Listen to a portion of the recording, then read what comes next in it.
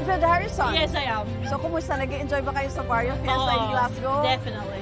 Ma'am, kumusta? Ano ay yung work nyo rito sa Scotland? I work with a company, it's a mortgage broker company. My job is to liaise with the solicitors, the client, to make sure there will be a completion date for their mortgage. Stressful ba siya? Is there any challenge?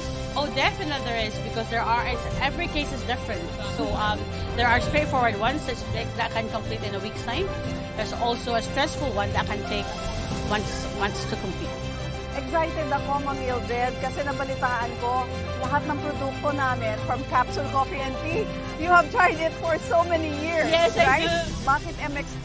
Wherever you go, if you meet Filipino, they always say mangosteen is good for you. Yes. So why not take MX3? It's mangosteen product. And then I just feel, I don't know why, I feel happy if I take MX3. Woman's problem. I always say that, look, I've got MX3 tea here. I can give it to you. There's no like specific reason, but I do like MX3. Even if I'm in the Philippines, the first thing I do is go to a shop.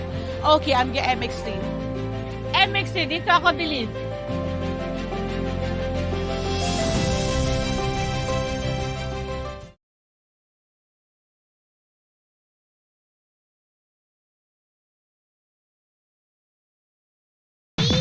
Tayo'y makinig sa drama ni Jimbo at Sheena. Pag-usapan ang problema ng pamilya. Pwedeng magjowa, pwedeng mag-asawa. Malungkot, masaya, halika dito ka. Dadamayan ka namin, sabihin mo sa amin. Kami na ang bahala, pag-usapan yan natin. Masusolusyonan natin problema mo. Kaya sabihin mo sa amin ang lahat, ano ang drama mo. Same pero iba! We are number 106.7 Energy FM. Panggabog sabing radyo, sabihin mo! Hello naman sa mga pangga natin na pauwi pa lamang. Kamusta naman kayo at sa mga papadriver natin na nata-traffic today? At salamat at nakasurvive na naman tayo ngayong araw ng Tuesday ng I mga know, pangga. right? Naku, bukas, midweek Wednesday na. Marami Kaya na naman nga. na ganap na naman this coming weekend. Ang daming kabisihan, friend. Ay, dami-dami mga ganap na naman mangyayari. At syempre, hello na rin sa lahat din ng mga pangga natin na nandyan sa Timbahay. Sila nanay Hello. na nag-iisip, no? Ano bang lulutuin nila ngayong dinner? Ay, naku, masarap ang kakainin ko mamaya. Ako, sana all, no? Oo. Ay, okay. Ano? Hindi pwede, nakalive na pala Akala tayo. ko may sasabihin ka. Masarap yun. Yun na lang. Ay, nako. Hello po. Hello po. At syempre, live na tayo sa ating official Facebook page, Energy FM 106.7. At mga pangga, i-share na natin ito. At sa mga gusto magpabate, may birthday, kung anong okasyon, pwede nyo pong i-comment yan sa ating Facebook Live. Yes. Para Yan, pagbinyag. hello po. Pagbinyag, pwede. Advance natin. Sunday yan. Nagalasan yun. Oh, hindi. Minsan kasi special Pag diba? mayaman. Saturday. Oo, Mark. may sariling schedule. Pero bang may ano ba, ng weekdays? Meron. Alam ko meron May mga ganun. ano yan, Parang rerentahan mo yung pare. Rerentahan yung pare! O yung parang may certain place na pwede. Ay, hindi. Hindi sila pumapayag na walang Di ba sa ano rin na yun? hindi simbahan. Oo. Ang alam ko pag mga sakramentong ganyan. Sa mga Christian nga Pwede, oo. Kasi kapag pare, alimbawa sa kasal, hindi pwedeng garden wedding. Oo. Diba? Kailangan talaga Simbahan sa yan. tahanan ng Panginoon, ganun. Yan. Amen. Gusto mo yan? Amen. Amen. Dahil dyan, Jimbo, magbago ka na. Oo, magbago na tayo. Magbabago na tayong lahat. Bago matapos yung taon na to, baguhin na natin ang ating mga ugali. Oo. Magbago na rin sila. Magbayad Oo. na kayo! Kayo may mga utang, magbayad na po tayo. At syempre sa lahat din ng mga plastic at sa lahat din ng mga taong mga korap. Ayan! Po ay maging magbago. Harapin natin ang taong Tama. 2025, partner. Alam mo, sa 2025, magpo-post na talaga ako. Ako magpo-post na ako na I survive. Diba? Ako magpo-post na rin ako. Ano po-post mo? Hingan mo ako ng tulong, wag lang pera. Yan, dapat. Yan din, sa mga tao din na mahilig magpahiram ng pera, make sure doon sa mga pahiramin natin ay mga karapat dapat talagang pahiramin. Kasi may mga iba totoo. naman, nabigay lang. Uy, kamusta? Hello po dun sa tumakbo.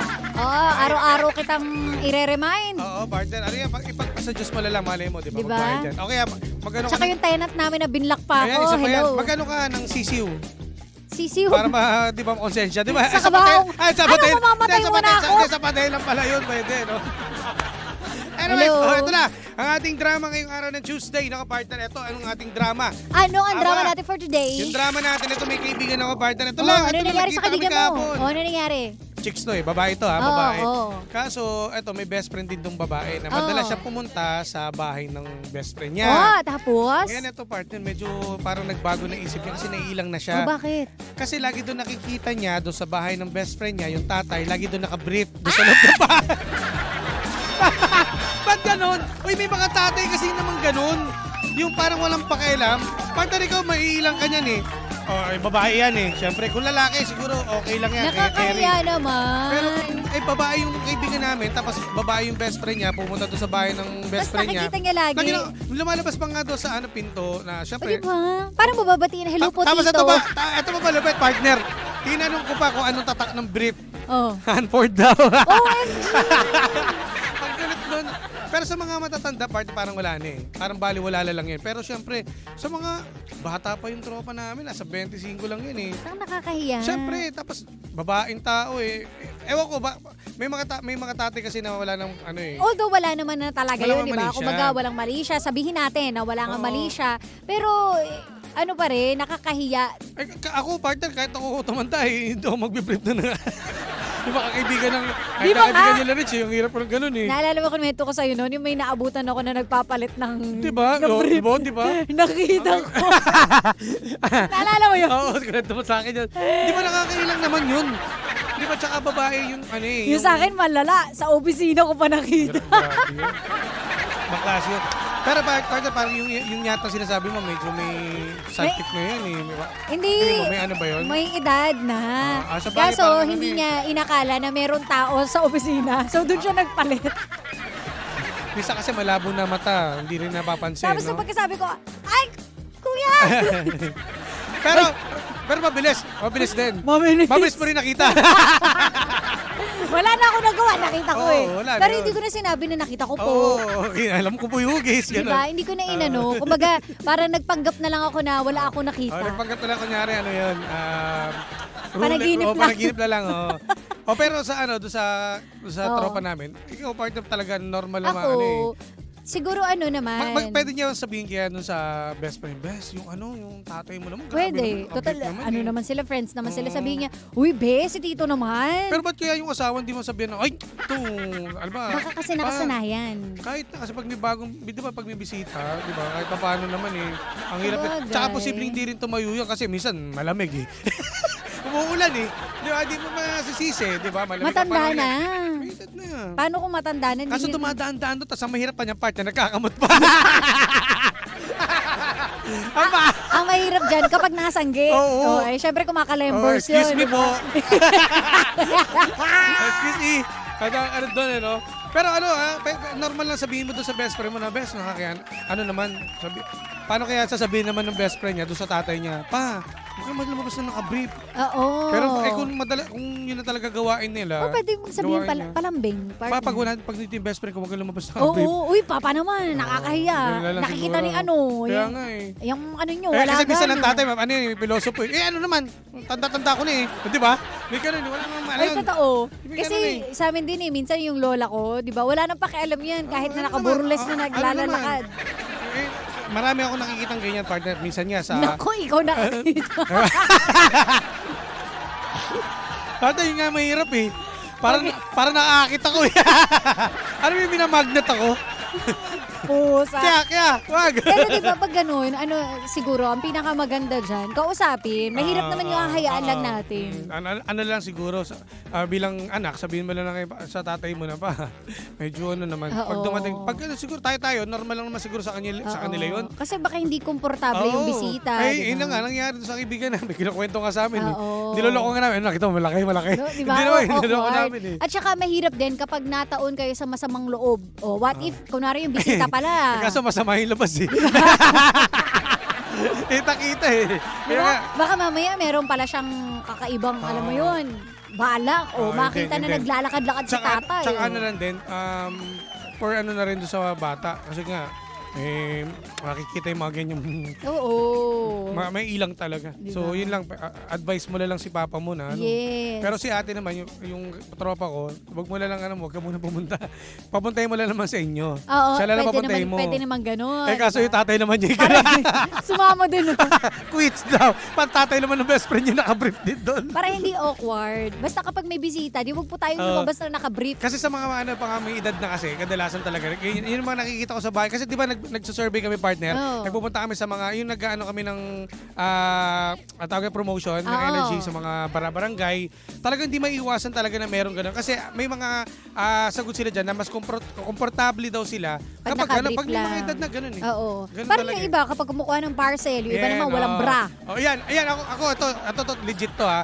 Yung nagbigay ako ng sticker ng energy, talagang walang bra. O, di ba? Sabi, naibigan ko naman. Talagang, Ano naibigan mo? Naibigay ko naman. Ba't naibigan? Naibigay ko naman yung sticker. Oh, Sobra, ganun. ganun lang. So, kanya-kanya po tayo. Pero Oo. para malayo kayo sa mga masasamang loob kagaya Yes. ni Jim, Ayaw, ba't ako? wag po kayong lalabas ng walang damit. Yan. Basta Okay. ang bottom line nito, yung sa mga ganyang tatay, pagsabihan natin ha. Oo. Para hindi naman din nakakaya kasi kukwento rin niya sa mga tropa ninyo. Truly. Uy, papa mo ha? Yung Grabe, papa mo, ha? Ano yung machete? Naka-brief. Dati pang bold star yan. Kasi very conservative din dito sa bansa natin. oo. Pero kung sa iba yan, parang wala naman silang care. Di ba Tsaka ang kahit nakahubad ka Hindi, dyan? tsaka ang pangit nito partner, mama, kwento kasi nung ni etong kaibigan namin sa magulang niya. Pa, yung tapa ni Yun nga, oo. Baka mas iba pa. Oo, magkakaroon ng grabe naman yung tatay niya. Magkakaaway. Huwag ka na pumunta doon hanggang sa paghiwalay kayo magkaibigan. Yun na lang. Oh well, papel. Alam mo na ang gagawin mo, iha. Sa friend ni Jimbo. Oo, ha? Sana. Yun din naman kasi Sana sinabi okay namin. ka lang. Kaya nga sinabi nga namin nga ano na lang siguro, huwag ka na muna pumunta para at least, di ba? At sabihin mo sa best friend mo. Oo. Para Yun ang hindi mahalaga nakakaya ron. yan. Okay? Kapag kunwari may isang sitwasyon na uncomfortable ka, Oo. pwede kang magsalita. Magsalita, oo. Lalo na best friend mo naman yan. Pwede mo naman Truly. sabihan siya na best, nakakaya naman eh. Diba? Eh, Ganon. para pag alambawa ko, partner, pumunta ako Ano? sa inyo. Tapos si Papa Janong yung naka-brief doon. Ano gagawin mo? Nagsasabihan mo siya.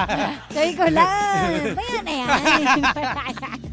Parang iba, kasi pag ako dati, iba sasabihin ko eh. Ano sabi mo? Ay, Papa Janong, tapos lang. Hayop ka.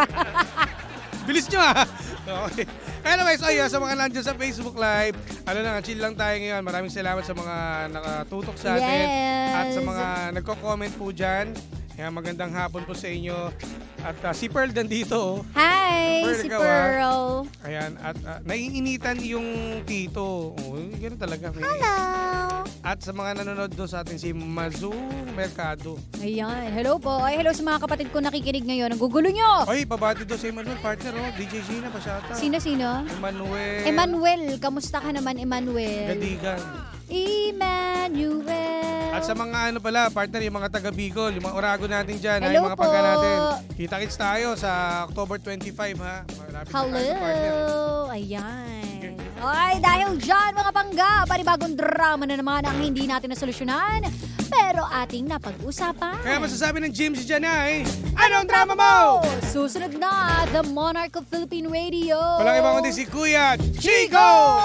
Kaya naman, tutok lang, walang maglilipat. May babatiin ka pa ba, partner? Maraming salamat din sa lahat ng mga tropa natin. Yung mga tropa ni RC, salamat yun lang. Hi, tropang At RC. kay Boss George pala, party kasama ko siya kahapon, Boss George. Bossing! Bossing! Hello po. Goods ka ba?